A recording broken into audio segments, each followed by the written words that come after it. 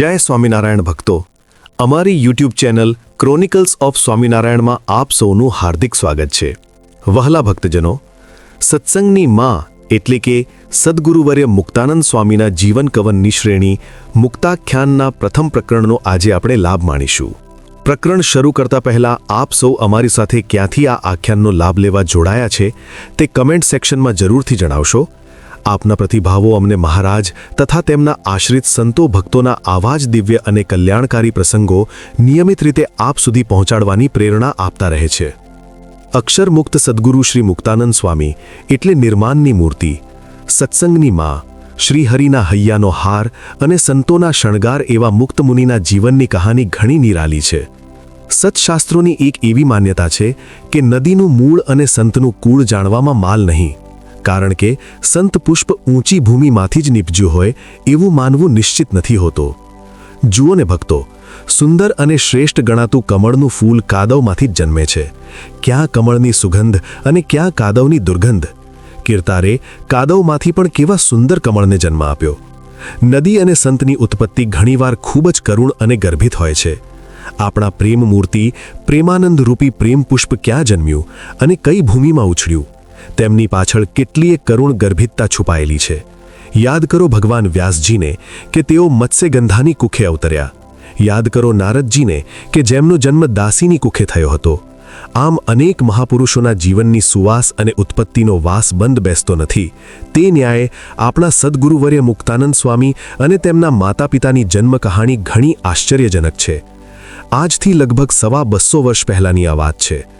સંત, શૂરવીર અને સતીના નિધિરૂપ સુહામણા સૌરાષ્ટ્રમાં આવેલા અમરેલી શહેરમાં મહાત્મા મૂળદાસજીનો આશ્રમ હતો. અલખની આરાધના કરનારા મુમુક્ષુઓનું આ મોક્ષ મંદિર. આ મોક્ષ મંદિરમાં ભક્તિમય વાતાવરણ સતત ગુંજતું રહેતું. મૂળદાસજી પરોપકારી, પરદુઃખ ભંજક અને નિર્માની મહાન સંત હતા. એમનો જન્મ વિક્રમ સંવત 1731ના કારતક સુદ એકાદશીના રોજ નાઘેર પ્રદેશના ઉના પાસેના ગામમાં થયો હતો. પિતા કૃષ્ણજી અને માતા ગંગાબાઈ હતા. જાતે સોરઠિયા લુહાર, અટક તેમની વાઘેલા. મૂળદાસજી 16 વર્ષના થતાં પિતાના આગ્રહથી કન્યા વેલુબાઈ સાથે લગ્નથી જોડાવવું પડ્યું.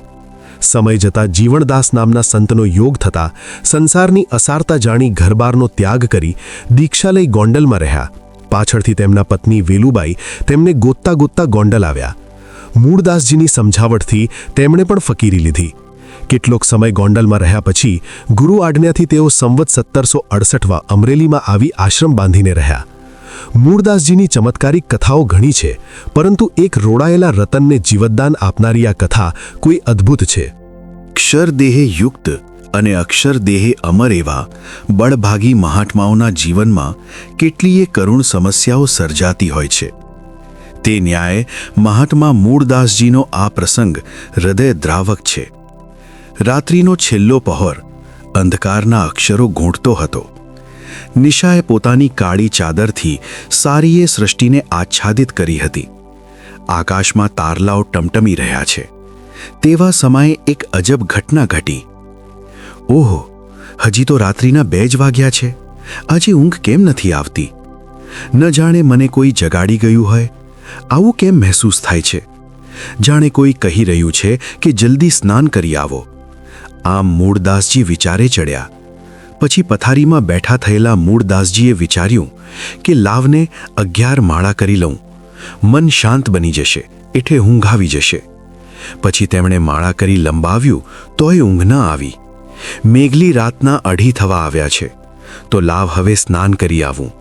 આમ વિચારી દોરી, લોટો અને કપડાં લઈ મૂળદાસજી ઉપડ્યા સ્નાનાર્થે કૂવા તરફ. સારોએ સમાજ આરામમાં છે. નીરવ શાંતિ પ્રસરી રહી છે. અંધારું હોવા છતાં ચંદ્રના કિરણોથી દૂર દૂર સુધી આછી આભાવ દેખાતી હતી. રામ નામની ધૂનમાં ચાલતા મૂળદાસજીનું ધ્યાન 50 મીટર દૂર રહેલા કૂવા પર ગયું. કૂવાના પરથારા પર ધૂંધળી ધૂસરમાં એક આકૃતિ નિહાળી. મૂળદાસ થંભી ગયા. શરીરના રૂવાણા ખડા થઈ ગયા. આંખો આકૃતિમાં અટકી ગઈ.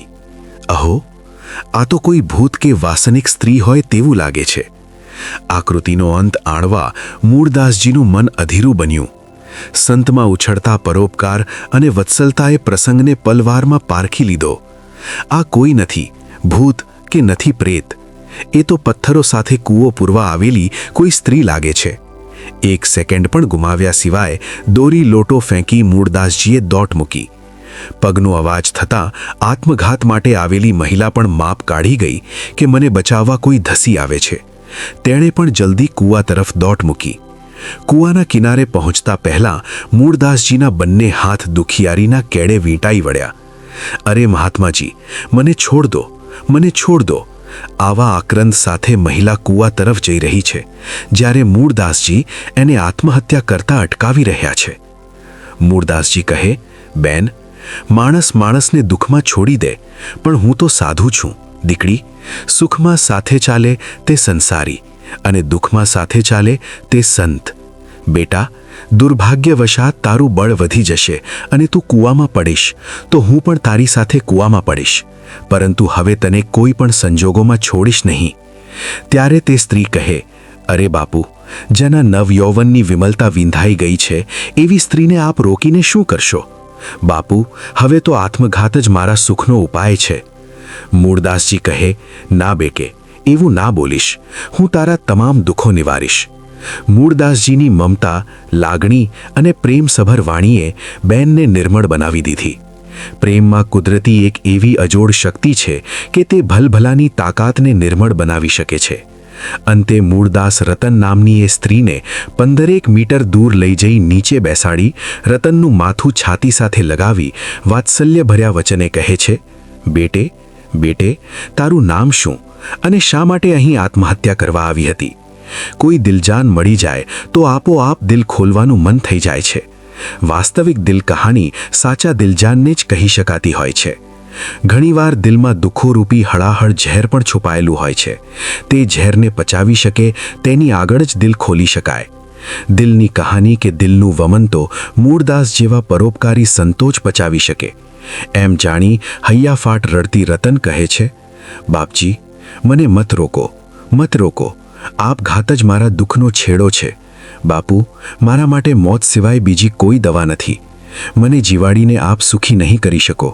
હું વધારે દુઃખી થઈશ અને આપ પણ દુઃખી થશો. એમ બોલતા બોલતા રતને મૂળદાસના ચરણોમાં માથું ધરી દીધું. દુઃખના ઊના આંસુથી મૂળદાસના ચરણ પલાળી દીધા. મૂળદાસજીને લાગ્યું, આટલી નાની ઉંમરમાં બીજું શું દુઃખ હોય? કાં તો પતિનું દુઃખ હશે, કાં તો સાસુ સસરાનું કે ભાઈ ભોજાઈનું દુઃખ હશે. આવા દુઃખનો રસ્તો હું અવશ્ય કાઢી શકીશ. મન મજબૂત રાખી રતનના વાંસા ઉપર હાથ ફેરવતા મૂળદાસજી કહે છે, બેટા, મોત એ દુઃખની દવામાંથી. બેટા, જગતમાં એવું કોઈ દુઃખ નથી કે જેની મોત સિવાય બીજી કોઈ દવા ન હોય. દીકરીનો બાપ બેઠો હોય અને દીકરી આપઘાત કરે તો તેવા બાપને ઈશ્વર માફ ન કરે. બેટા, આજથી તું મારી દીકરી છે અને હું તારો બાપ છું. માટે બોલ, જરા પણ ખચકાયા વગર કહે, તારું નામ શું છે અને દુઃખ શું છે? હૈયાફાટ રુદન કરવાથી જેનું હૈયું બેસી ગયું છે, અતિ દુઃખના કારણે હિબકા ભરી રડી રહી છે, ધ્રુજી રહી છે. આંસુઓના ધોધથી જેણે મૂળદાસનો ખોળો ભીંજવી નાખ્યો છે. એવી આ વિધવા સ્ત્રી ગર્ભ શ્રીમંતનું નામ આપવા ઈચ્છતી ન હતી કે જેના લીધે પોતાનું યૌવન ઠોકરાઈ ગયું હતું. છતાંય મૂળદાસજીના ભાવભીના શીળા વચનોને કારણે એ મહિલાના અંતરબંધનો તૂટી ગયા અને બોલી, બાપુ, હું વિધવા બાઈ છું. મારું નામ છે રતન. આટલું બોલતા તો રતનના ગળે ડૂમો ભરાઈ ગયો. ફરી મૂળદાસજીએ બંને હાથ તેના શિરે મૂકી કહ્યું, બેટે રતન, તારું પિયરિયું અને સાસરિયું ક્યાં ગામે છે? રતને કહ્યું, બાપુ, બંને દીવમાં જ છે. મૂળદાસજી કહે, અહો બેટા, તારું સાસરિયું અને પિયરિયું દીવ? દીકરી, દીવમાં તો હું અવારનવાર આવું છું અને ત્યાં તો મારા ઘણાય સેવકો રહે છે. પણ બેટા, આપઘાતનું પગલું ભરવાનું કારણ તો તે મને ન કીધું. મૂળદાસજીના પ્રેમ નિતરતા શબ્દોએ રતનના હૃદયને હળવું ફૂર બનાવી દીધું. હિબકા ભરતા ભરતા રતન કહે છે, બાપજી, હવે પછીનો મારો ઇતિહાસ સાંભળવા જેવો નથી.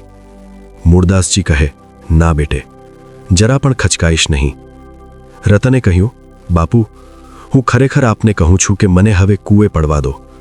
મારો ઇતિહાસ સાંભળીને આપને થશે કે મેં આપઘાત નહીં કરવા દઈ રતનને દુઃખમાં ધકેલી. મૂળદાસજી કહે છે કે રતન, સમાજની એક અનાદિની રીત છે કે જવાબદાર વ્યક્તિની એક જવાબદારી હોય છે કે એની સામે જો કોઈ પાપ કરતું હોય કે કોઈ આત્મહત્યા કરતું હોય તેને તે અટકાવે નહીં તો તે પાપ જવાબદાર વ્યક્તિને લાગે છે.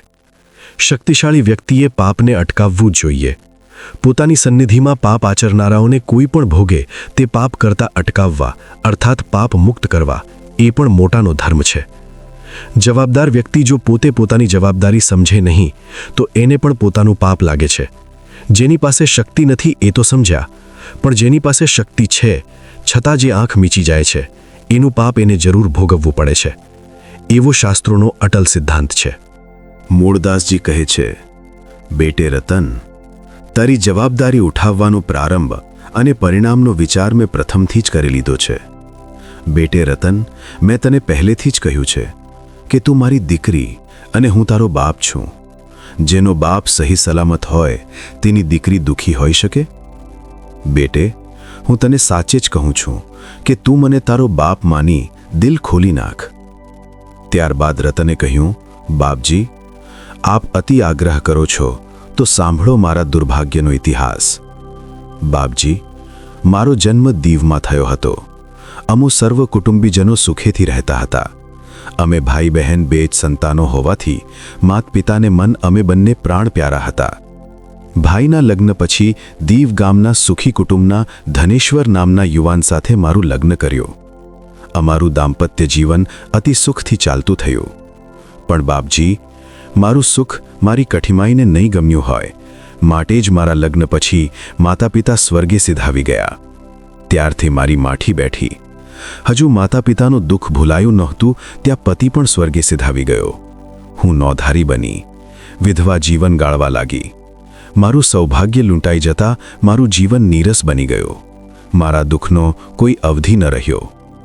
સમજણના સહારે ધીરે ધીરે દુઃખને ભૂલવા પ્રયત્ન કરી રહી હતી ત્યાં સાસરિયાએ જાકારો આપ્યો કે રતન, તારે આ ઘરમાં હવે રહેવું નહીં, તારે તારું ફોડી લેવું જોઈએ. બાપજી, આ શબ્દો સાંભળતા મારા પર દુઃખનું આભ તૂટી પડ્યું અને સંસાર ઉપર ફિટકાર છૂટ્યો. નફરત આવી ગઈ. શું માણસ આટલો બધો છીછરો અને સ્વાર્થી હોય? મૂળદાસજી કહે, બેટે રતન, પછી તે શું કર્યું? રતને કહ્યું, મહાત્મા, મને થયું કે મારો મોટો ભાઈ સુખી છે, વળી મારી સાથે હેત પણ ઘણું રાખે છે, એટલે તે મને સદાને માટે સમાવી લેશે. એમ માની સાસરિયાને છોડી ભાઈને ત્યાં આવી. પ્રથમ તો ભાઈ ભાભીએ મારી સાથે સારો વ્યવહાર રાખ્યો, પરંતુ થોડા દિવસ પછી ભાઈ ભાભીનો વ્યવહાર બદલાવા લાગ્યો. મને મહેસૂસ થવા લાગ્યું કે હવે હું આ બંનેને બોજારૂપ લાગુ છું. પણ શું કરું? સ્ત્રી જીવન હોવાથી મારી પાસે બીજો કોઈ રસ્તો પણ નહોતો. મારે ભાઈ ભાભીના મેણા, ટોણા, છણકા અને છકોટા સાંભળવા જ રહ્યા.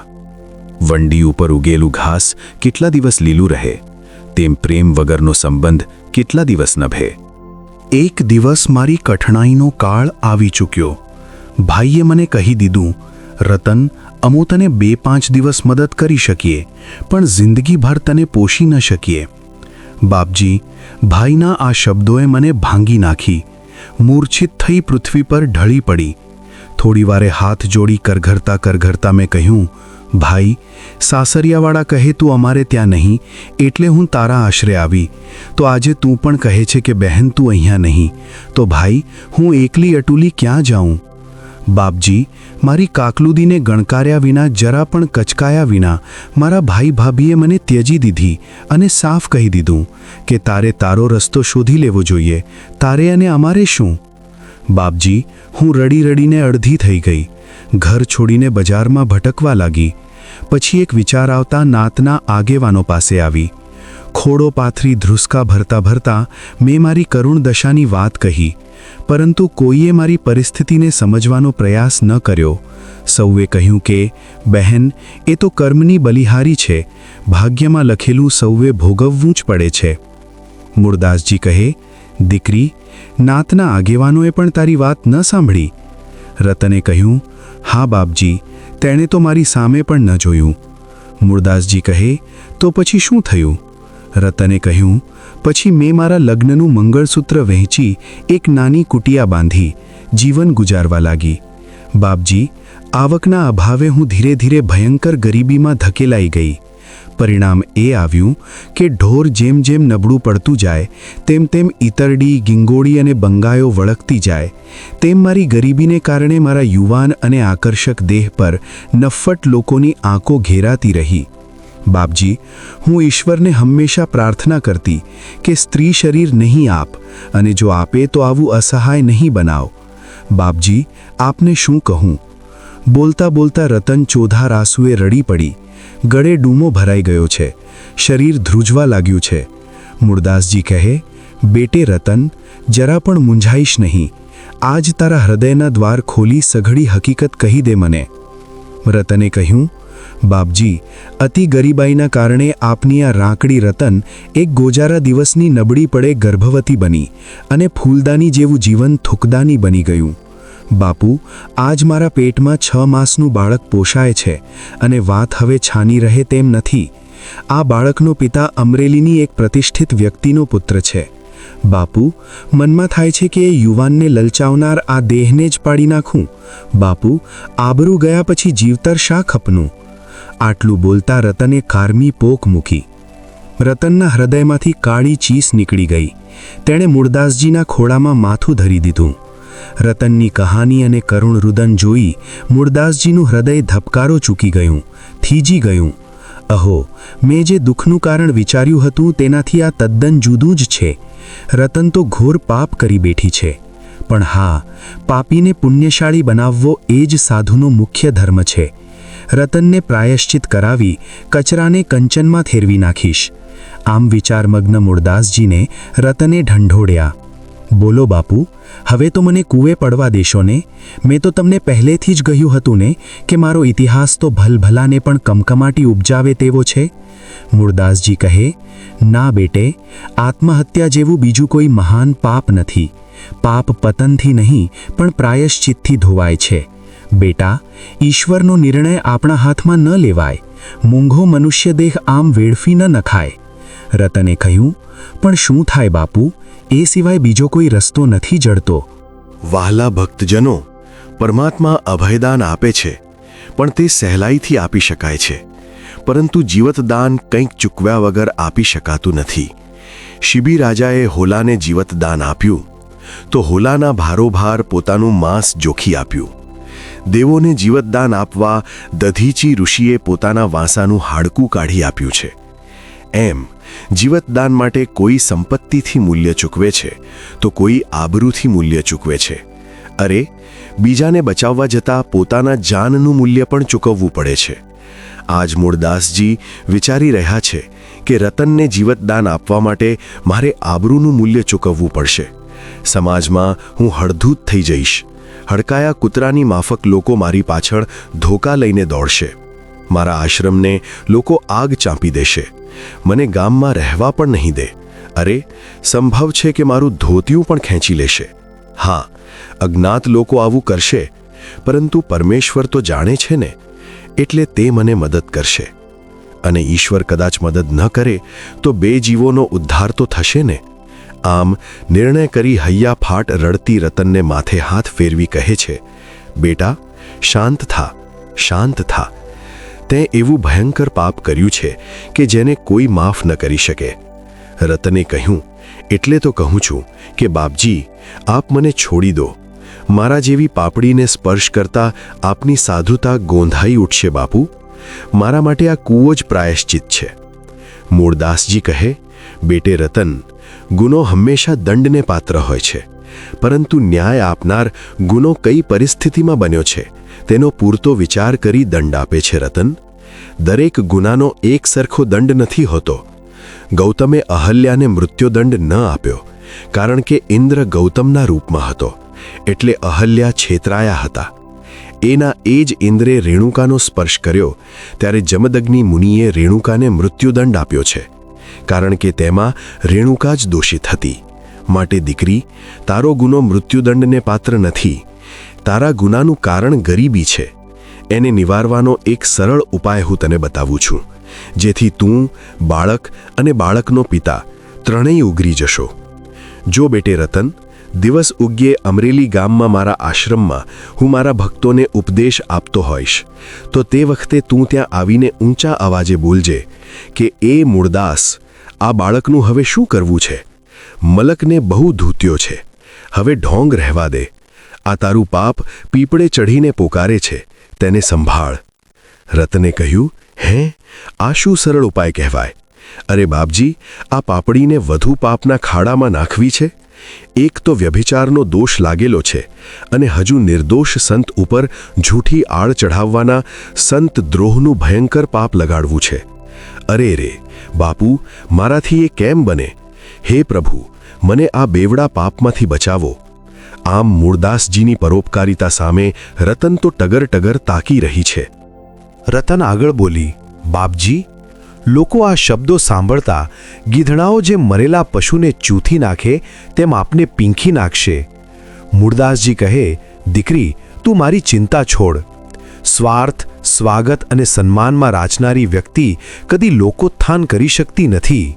દીકરી, સાધુ માટે માન એ તો વિષ છે અને અપમાન એ અમૃત છે. માટે મારી કીર્તિની ચિંતા કરીશ નહીં.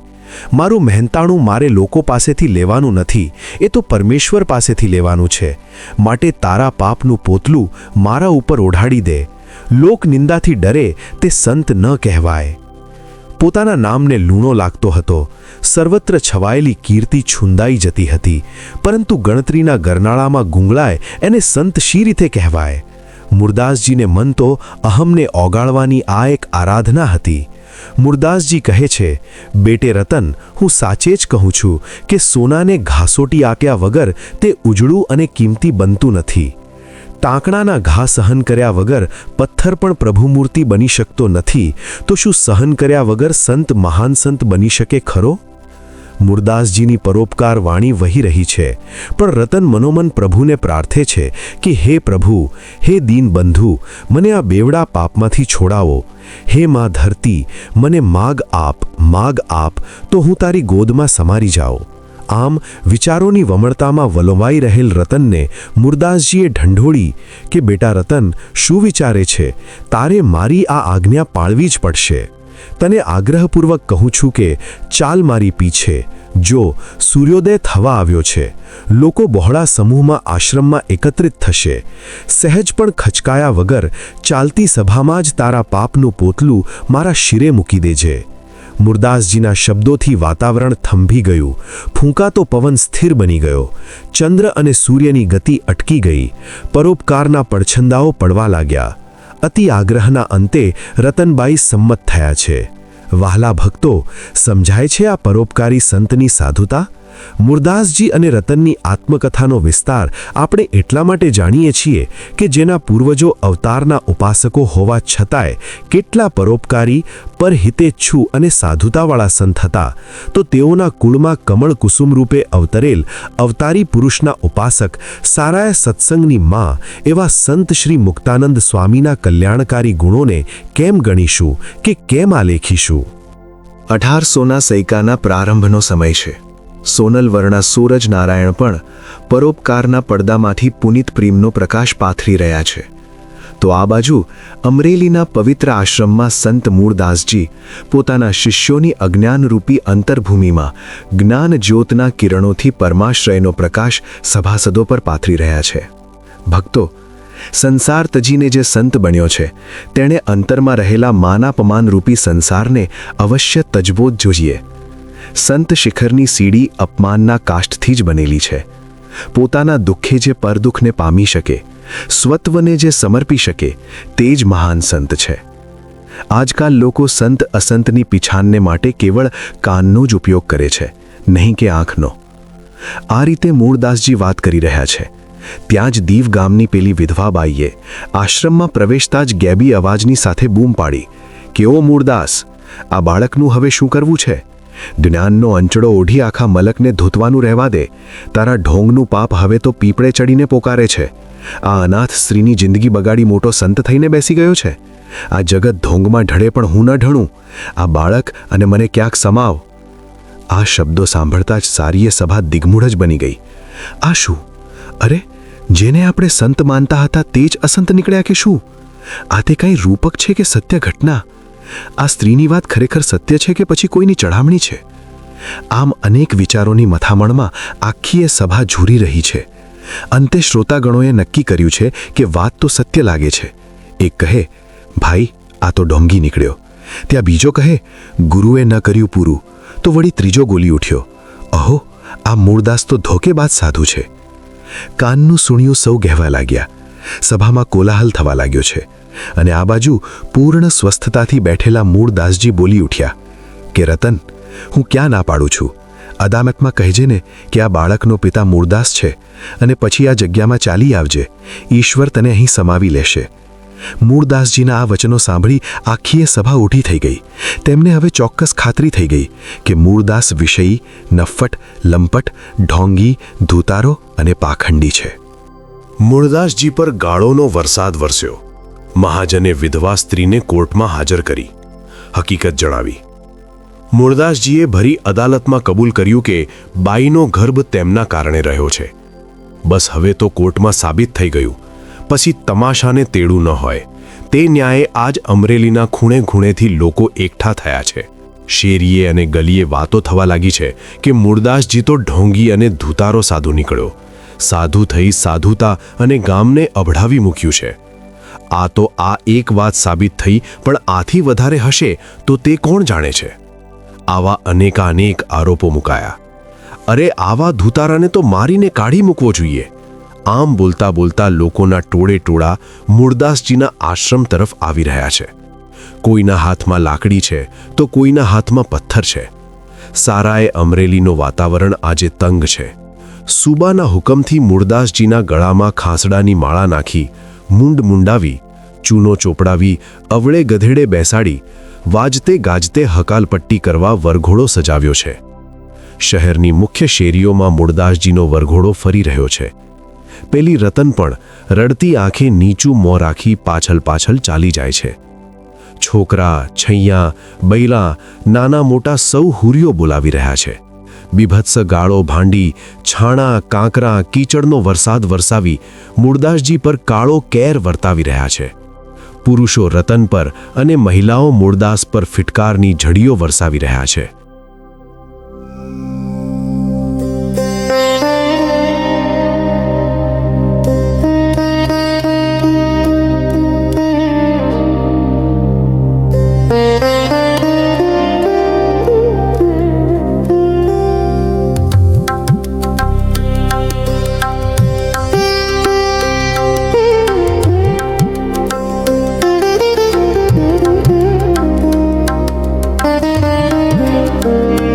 બાવાગઢ ઢોલ બજાવે, જોવા ટોળે ટોળા જન આવે.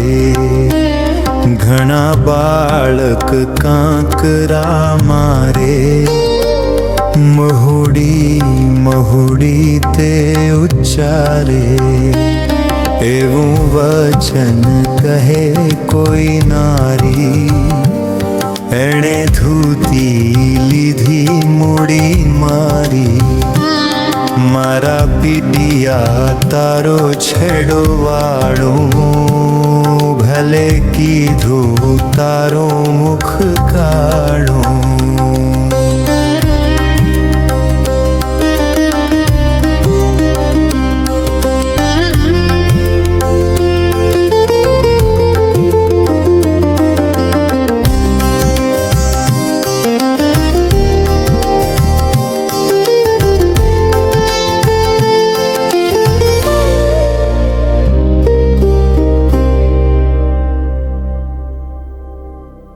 એક દિવસ એ જ મહાજન મૂળદાસજીની સાધુતા પર કીર્તિના કળશો ચઢાવતું હતું.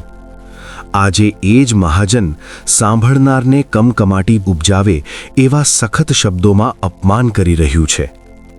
મૂળદાસે ઊંચા હાથ કરી લોકોને સમજાવવા પ્રયાસ કર્યો, પણ કોઈ સાંભળવા કે સમજવા તૈયાર થયું નહીં. એટલે જ તો ગુણાતીતાનંદ સ્વામી બોલ્યા છે, ગુણ આવ્યો હોય તેના કરતાં લાખ ગણો દ્રોહ કરે તો પણ સંતોષ ન થાય. આજના સમાજની પણ એવી જ કમનસીબી છે.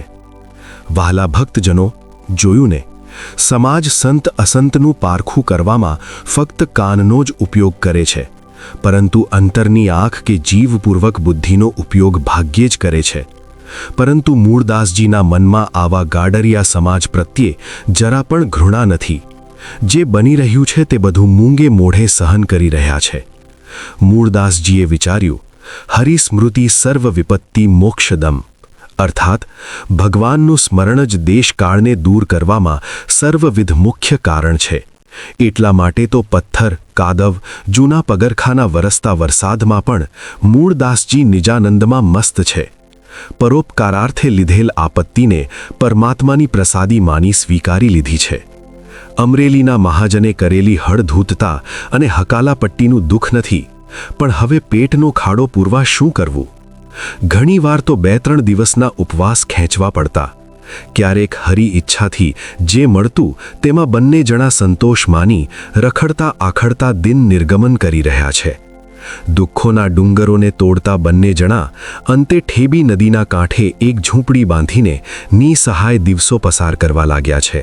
અષાઢી અમાસની મેઘલી રાત છે. ચારે બાજુ અંધકારના હોળા ઉતરી રહ્યા છે. ધીમી ધારે વરસાદ વરસી રહ્યો છે. ક્વચિત વીજળીના ઝગકારા અને મેઘના નગારા ગાજી રહ્યા છે. આજ 4 દિવસ થયા મૂળદાસજી અને રતનને અન્નનો કણકોય મળો નથી. બંનેને પેટમાં કકડીને ક્ષુધા લાગી છે. યોગ નિદ્રા માટે બંનેએ ભોંય પથારી પર લંબાવ્યું, પણ ઊંઘ ક્યાંથી આવે? એક બાજુ પેટમાં હાવલા બોલે છે તો બીજી બાજુ મનમાં મહાજનના મેણા ખટકે છે. આહાહાહા, ક્યાં એક દિવસનો ભક્તિ ભજનથી ગૂંજતો મારો આશ્રમ અને ક્યાં આજની આ વરસાદથી ભીંજતી નેતરતી મારી ઝૂંપડી. ક્યાં એક દિવસનો પ્રેમ પુષ્પ અને સન્માન સૂત્રોથી નવાજતો અમરેલીનો ભક્તગણ અને ક્યાં આજનો નિંદા, ટીકા, ટિપ્પણ અને ગાળો ભાંડતો ભક્તગણ. ખેર, જે હોય તે, પણ 3 જીવોની જવાબદારી લઈ એમના જીવો બચાવ્યાનો મને તો આનંદ. પણ આ રતનને હું ક્યાં સમાવીશ? કેમ આશ્વાસન આપીશ? એને હું સુખી કઈ રીતે કરીશ? આ વાત મનમાં ખટકે છે. ઝૂંપડીની બહાર વરસતા વરસાદમાં પલળતા ધ્રુજતા મૂળદાસજી જ્યાં આમ વિચારી રહ્યા છે, ત્યાં ઝૂંપડીની અંદરથી રતનના રુદનનો અવાજ આવ્યો. મૂળદાસજી કહે, બેટે રતન, શા માટે રડી રહી છે? એમ કહેતા રતનની પાસે જઈ મૂળદાસજી આશ્વાસન આપવા લાગ્યા છે. 2 ગોઠણ વચ્ચે માથું રાખી રતન પોક મૂકીને કારમું રુદન કરી રહી છે. મૂળદાસજી તેને છાતી સાથે ચાંપીને પ્રેમથી પૂછે છે, દીકરી, આજ આટલું બધું રુદન શા માટે કરે છે? દુઃખોથી હરેરી જનારને દુઃખો વધારે ઘેરો ઘાલે છે. તું તો સહન કરવામાં ટેવાયેલી છે. બોલ રતન, કેમ રડે છે?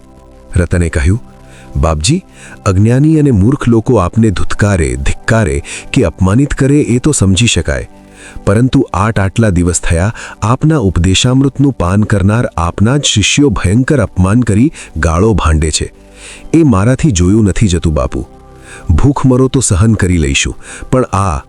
રતન આગળ બોલી ન શકી. મૂળદાસજીના ખોળામાં માથું મૂકી ધ્રુસકે ધ્રુસકે રોવા લાગી. રતનના શીળા વચનોથી આજ મૂળદાસજીના ધીરજના કિનારા ધોવાઈ ગયા. જોરાએ જાળવી રાખેલું હૈયું હચમચી ગયું અને મૂળદાસજી પણ ધ્રુસકે ધ્રુસકે રડી પડ્યા છે. દેવની ગતિ તો જુઓ. રડતા હૃદયે મૂળદાસજી બોલે છે, હે પ્રભુ, મેં કોઈ દિવસ કોઈને દુભવ્યો નથી. મરનારને પણ મર એમ નથી કહ્યું. મેં અનેક દુખિયાના આંસુ લૂછ્યા છે, પણ આજ મહારાજ મને મારી રહ્યા છે. હે પ્રભુ, આજ પોતાના જ પરાયા બન્યા. તેનું દુઃખ હું કોને કહું? આજ મારી માથે રહેવાય નહીં, સહેવાય નહીં અને કહેવાય નહીં તેવા દુઃખના ડુંગરો ઉમટ્યા છે. હે પ્રભુ, હવે તો તું જ મારો આધાર છે. બાપ દીકરીના કરુણ કલ્પાંતથી સારું એ વાતાવરણ કરુણ બન્યું છે. થોડી વારે મૂળદાસજીને વિચાર થયો, જો હું રડીશ તો રતન બિલકુલ ભાંગી પડશે. મહા મહેનતે આંખોના આંસુઓને રોકી મૂળદાસજી કહે છે, બેટા રતન, કૈકેયી દશરથજીના સગા પત્ની હોવા છતાં શત્રુ બન્યા હતા અને રામનો વનવાસ આપનાર એ જ કૈકેયીએ રામનો રાજ્યાભિષેક કર્યો હતો ને. માટે રતન, આ સંસાર તો એક ચક્ર છે. તેમાં ઘણીવાર સગાઓ શત્રુ અને શત્રુઓ સગા બને છે. પોતાના પરાયા અને પરાયા પોતાના બને છે. એમાં નવાઈ શું? દીકરી રતન, હું જ્યારે બહાર ગામથી અમરેલી આવતો ત્યારે મારા શિષ્યો મારી સાધુતાને નવાજવા હાથમાં ફૂલો લઈને સામે આવતા અને પુષ્પવૃષ્ટિ કરતા. આજ તે લોકોના મનમાં મારા ચારિત્ર્યહીનતાની છાપ ઉપસી આવી છે, એટલે તે પથ્થર લઈને આવે છે. પરંતુ જ્યારે સત્ય સમજાશે ત્યારે આ જ ટોળું સોનાના ફૂલો લઈને આપણને વધાવશે. ધૂળ ઉછાળતું ટોળું ધૂળને શિર પર ચઢાવશે. પણ બાપુ, આ બધું મારે લીધે જ બન્યું ને? હું તો હજુએ આપને વિનવું છું કે મને જવા દો. રતને જરા પણ ખચકાણા વિના સ્વવિચાર રજૂ કરી દીધો. એટલે મૂળદાસજી કહે, ક્યાં જવા દઉં? પેલા કૂવા પાસે? દીકરી, તને જીવતદાન આપવાનું મૂલ્ય ઘણું મોંઘું ચૂકવવું પડશે. તેનું મેં પૂરતો વિચાર કરીને જ આ જવાબદારી ઉઠાવી છે. અને દીકરી, ઘણીવાર જવાબદારી જિંદગીનું જોખમ બની જતી હોય છે. સત્ય અને સચ્ચારિત્ર્યના કવચવાળા મહાપુરુષોને જિંદગી કરતાં જવાબદારી વધારે કિંમતી હોય છે. જોખમ વગરની જવાબદારી ભાગ્યે જ હોઈ શકે. હરિશ્ચંદ્રે વિશ્વામિત્રને કન્યાદાનમાં 1.25 મણ સોનું આપવાની જવાબદારી ઉઠાવી હતી તો તે કેટલી મોંઘી સાબિત થઈ હતી. અને એટલે જ તો જવાબદારીને ગળાનો ગાળિયો ગણવામાં આવ્યો છે. અને આજકાલ માણસ વાતમાં બોલે છે કે તેની જવાબદારી મારા ગળામાં. તો બેટા, જવાબદારી કોઈ જલેબી નથી કે સૌ આસાનીથી ખાઈ શકે. એ સમયે અમરેલીમાં અનાજ વેચવા આવેલા પરગામના ખેડૂતો દરવાજા બંધ થઈ જવાથી ઠેવી નદીના કાંઠે ઉતર્યા છે. જાગતા સૂતેલા તે ખેડૂતોએ આ બધો વાર્તાલાપ ધ્યાન દઈને સાંભળ્યો અને સવાર થતાં મઢીમાં આવી રામદુહાઈ આપી કલંક માથે લેવાનું કારણ પૂછ્યું. એટલે રતનભાઈએ દિલ ખોલીને બધો ખુલાસો કર્યો. પછી તે ખેડૂતો અમરેલીના મહાજનને મળ્યા અને સત્ય હકીકતથી વાકેફ કર્યા. અને આ બાજુ જે યુવાનનું કલંક મૂળદાસજીએ પોતાની ઉપર ઓઢી લીધું હતું, તે યુવકે પણ આજ 6 માસના મનોમંથન પછી અમરેલીના મહાજન પાસે પોતાની ભૂલ કબૂલ કરી. આ સત્ય હકીકત સાંભળી અમરેલીનું મહાજન સ્તબ્ધ બની ગયું અને એટલું જ બોલી શક્યું, આ તે કોઈ સંત છે કે ભગવંત? વહાલા ભક્તજનો, મુક્તાનંદ સ્વામીના નાનીમાં અને તેમના પાલક પિતા મૂળદાસજીની કથા આપણને ઘણું શીખવી જાય છે. મહાન પુરુષના જીવન ઇતિહાસો મુમુક્ષુ જીવાત્માઓને ઉચ્ચ ધ્યેય પહોંચવા પ્રેરણાદાયી બનતા હોય છે. તેના વાણી, વિચાર અને વર્તનથી વણાયેલા પ્રસંગો ખરેખર એક ચૈતન્ય શાસ્ત્રની કરત સારે છે. આપણે જોયું કે મૂળદાસજી એ તો પરોપકારની પરાકાષ્ઠાથી પર થઈને સંત જીવન પર સોનાનો કળશ ચડાવ્યો અને પછી તો સારાએ અમરેલીમાં આનંદનું મોજું ફરી વળ્યું છે. જે લોકો મૂળદાસજીની ટીકા ટિપ્પણ કરતા હતા તે જ સર્વે આજ મૂળદાસજીની મહાનતાના ગુણગાન પેટ ભરીને ગાઈ રહ્યા છે. અમરેલીના અગ્રણીઓ અને આમ જનતાનો વિશાળ સંઘ આવી રહ્યો છે. કોઈના હાથમાં પુષ્પમાળા છે તો કોઈના હાથમાં પ્રેમ પુષ્પની છાપ છે. અરે, દરેકના મુખમાંથી પ્રસન્નતાના પુષ્પો વહેરાતા લહેરાતા આવે છે. આ જોઈ મૂળદાસજી કહે, બેટે રતન, જો હું તને કહેતો હતો તે વાત સત્ય ઠરી. જલ્દી સ્વચ્છ થા. આજ આ સંઘ આપણી વધાઈને ગાતો ગાતો સામૈયું કરવા આવી રહ્યો છે. અને બન્યું પણ તેમ જ. દરેક મહાજને પુષ્પમાળા પહેરાવી ષોડશોપચારોથી મૂળદાસજીની પૂજા કરી અને પોતાની ગેરસમજ બદલ ગદગદિત થઈ માફી માંગી અને મૂળદાસજીને તથા રતનને અમરેલીના આશ્રમમાં ફરી કાયમને માટે વસવા આગ્રહભરી વિનંતી કરી. મૂળદાસજીએ સંત હૃદયથી દરેકની ભૂલોને ક્ષમા આપી અને આશ્રમમાં આવવાની વિનંતી સ્વીકારી. એટલે અમરેલીનું મહાજન નાચવા લાગ્યું, કૂદવા લાગ્યું અને વાજતે ગાજતે સન્માનસભર મૂળદાસજીને આશ્રમમાં પધરાવ્યા. આહાહાહા, ક્યાં એક દિવસનો ગાળો ભાંડી હકાલપટ્ટી કરતો અમરેલીનો સમાજ અને સાચું સમજાતા સ્વાગત સવારીમાં મુક્ત કંઠે મૂળદાસજીના મહિમાને ગાઈ રહેલો આજનો અમરેલીનો સમાજ. આશ્રમમાં આવી મૂળદાસજીએ રતનને કહ્યું, જો બેટે રતન, આ કુટિયામાં તારે રહેવાનું. તૃણની સાદડી પાથરીને સૂવાનું. સવારે વહેલા 3 વાગે સ્નાન કરી સામે દેખાતા આશ્રમ મંદિરને વાળી સાફ કરી ભગવાનની સામે શ્રી કૃષ્ણમ ત્વમ ગતિર્મમા આ મંત્રનો મધ્યાહનના 12 સુધી જાપ કરવાનો. મધ્યાહને ગૌમૂત્રમાં બાફેલા 1 મુઠ્ઠી જવને ખાવાના. 1 કલાકમાં શરીર ક્રિયા કરી ફરી જપમાં બેસવાનું. તે સંધ્યાકાળે જપ સમાપ્ત કરી પ્રભુની આરતી આદિ નિત્ય કર્મ પૂરા કરી કોઈ અભ્યાગત સાધુ, કોઈ ગરીબ, કોઈ દુઃખી આવેલા હોય તો તો તેને જમાડી વાસણો સાફ કરી ગીત ગોવિંદનો પાઠ કરવો અને 12 વાગતા સાદડી પર વિના ઓશિકે સૂઈ જવાનું. બેટા, ભગવાન અતિ દયાળુ છે. તારા દરેક અપરાધો, ગુનાહો, પાપો આદિને માફ કરશે. તારું જીવન ધન્ય બની જશે. પછી દિવસો ધીરે ધીરે વીતવા લાગ્યા. રતન પણ પૂરી સાવધાની સાથે વ્રત નિયમોનું પાલન કરતી અને આપેલ મંત્રનો જપ કરી રહી છે. વ્રતના કારણે શરીર એકદમ કૃશ થઈ ગયું છે. તે જોઈ મૂળદાસજીને લાગ્યું, રતનના પેટમાં બચ્ચું પોષાય છે. અતિ કઠિન વ્રત તપસ્યાથી બચ્ચાને નુકસાન થશે. આમ વિચારી કહે, બેટે રતન, હવે મધ્યાહને ગૌમૂત્રમાં બાફેલા જવ નહીં ખાવાના, પરંતુ પેટ ભરીને સાદું ભોજન જમવાનું. રતને તુરત જ સવાલ કર્યો, કેમ? મૂળદાસે વાત ફેરવીને કીધું, બેટા, તે વ્રત પૂરું થઈ ગયું. તારા બધાય પાપો ધોવાઈ ગયા છે. આ સાંભળીને રતનના મોઢા ઉપર એક આનંદની લહેર ફરી વળી. વહાલા ભક્તજનો, જોઈને સંતની પરોપકારની પરાકાષ્ઠા. આવા સંત વિભૂતિ જ કથીરને કંચન બનાવી શકે. વહાલા ભક્તો, હવે રતનના કુખે કોણ જન્મ લેશે અને મુક્તાનંદ સ્વામીનું આ પૃથ્વી ઉપર કેવી રીતે અવતરણ થશે, તે દિવ્ય અને કલ્યાણકારી પ્રસંગો આપણે હવે આગળના વિડીયોમાં માણીશું. જય સ્વામિનારાયણ. જો તમને આ વિડીયો ગમ્યો હોય તો નીચે કોમેન્ટ સેક્શનમાં અમને ચોક્કસ જણાવશો. આપના પ્રતિભાવો અમને મહારાજના આવા જ દિવ્ય ચરિત્રોને વધુ સારી રીતે આપ સુધી પહોંચાડવા માટે પ્રેરિત કરતા રહે છે. અને આવા જ શ્રી હરિના ચરિત્રો નિયમિત સાંભળવા માટે અમારી ચેનલને સબસ્ક્રાઇબ અને અન્ય ભાવિક ભક્તજનો સાથે શેર કરવાનું ભૂલશો નહીં. જય સ્વામિનારાયણ.